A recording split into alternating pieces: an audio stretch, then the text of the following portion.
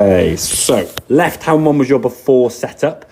We can see now that the club shaft is nearer your back leg, yeah? And we can see your hands on the golf club. There's thumb sort of off to the side. The fact I can sort of still see the grip there underneath your left hand there indicates that your left hand is sort of very much underneath in that grip. Quite a long thumb there, which makes it very difficult now for you to kind of say hinge the wrist and get the club to any kind of length going back. So if you get to sort of your backswing position, you've now got this kind of like we call bowing with the left wrist there. Your left wrist sort of hinging this way.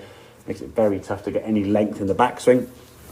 And the club face now at this point, because of that left wrist, is what we call very close. So aiming way to the left. Your fix to try and do that is to try and swing out to the right there, which causes you to hit the ground behind the ball and a few other issues there, okay? So that was your setup there. And you can see this one here now, the club's a little bit more leaning forward and a bit more towards your left leg. Look how much more, if you look at your hands there, they look smaller on the club. Yeah, so if I get all those lines there and look at your hands there, look a lot more neat and tidy there, where the hands are kind of a bit more, I say butterfly face, the thumbs are kind of on top of each other a bit more. As we go back now, the feeling of that kind of L position as you go back, you can see your wrist there now. Now, I've not said go further, right? I've said hinge the wrist, but look how much further that club's now starting to go compared to where you went to with that wrist there, yeah? So that's gaining some power. You've turned your body more because you're a bit looser. You're just able to make a bigger movement, okay? So when you come back to the golf ball with this one here now, the body now, you can sort of moving back. I mean, you're still looking down with the golf ball would be okay. And then swinging through. Your follow through is a little bit limited, as we said. This one here now, as you come back, good strike. This one there, hands are nice here by that front leg. Really good position there, okay? And then swinging through.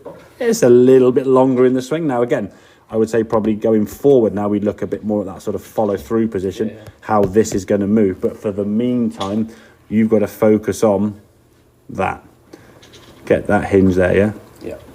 Now, you can almost see as you go back, you kind of watch it with your eyes a little bit and then go back to the golf ball. So in an ideal world, we'd be sort of focusing on what you're hitting to start with. Once that's been hit, you then follow, as we said, going through. So don't keep it down, but certainly in the back. So if you're going, where's this? Again, you will say you wouldn't hammer it and go, because balance then would be a bit of an issue as you go back on that through. But yeah, certainly a much better hinge of the wrist now.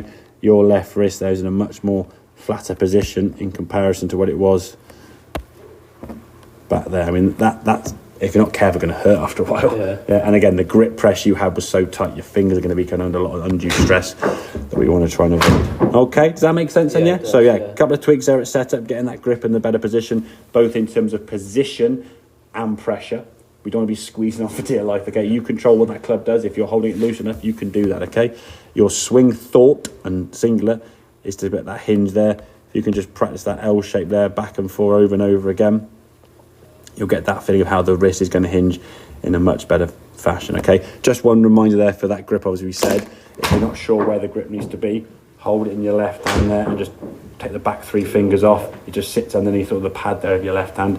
If your left hand's round any of the fingers come off, you'll be squeezing them very tight, okay? So this just sort of sits on top, so the wrist joint you can see on top of that's going to make it a lot easier now for you to hinge that wrist. If you're round here, don't go anywhere. Okie dokie. Perfect. Very good, mate. Well done.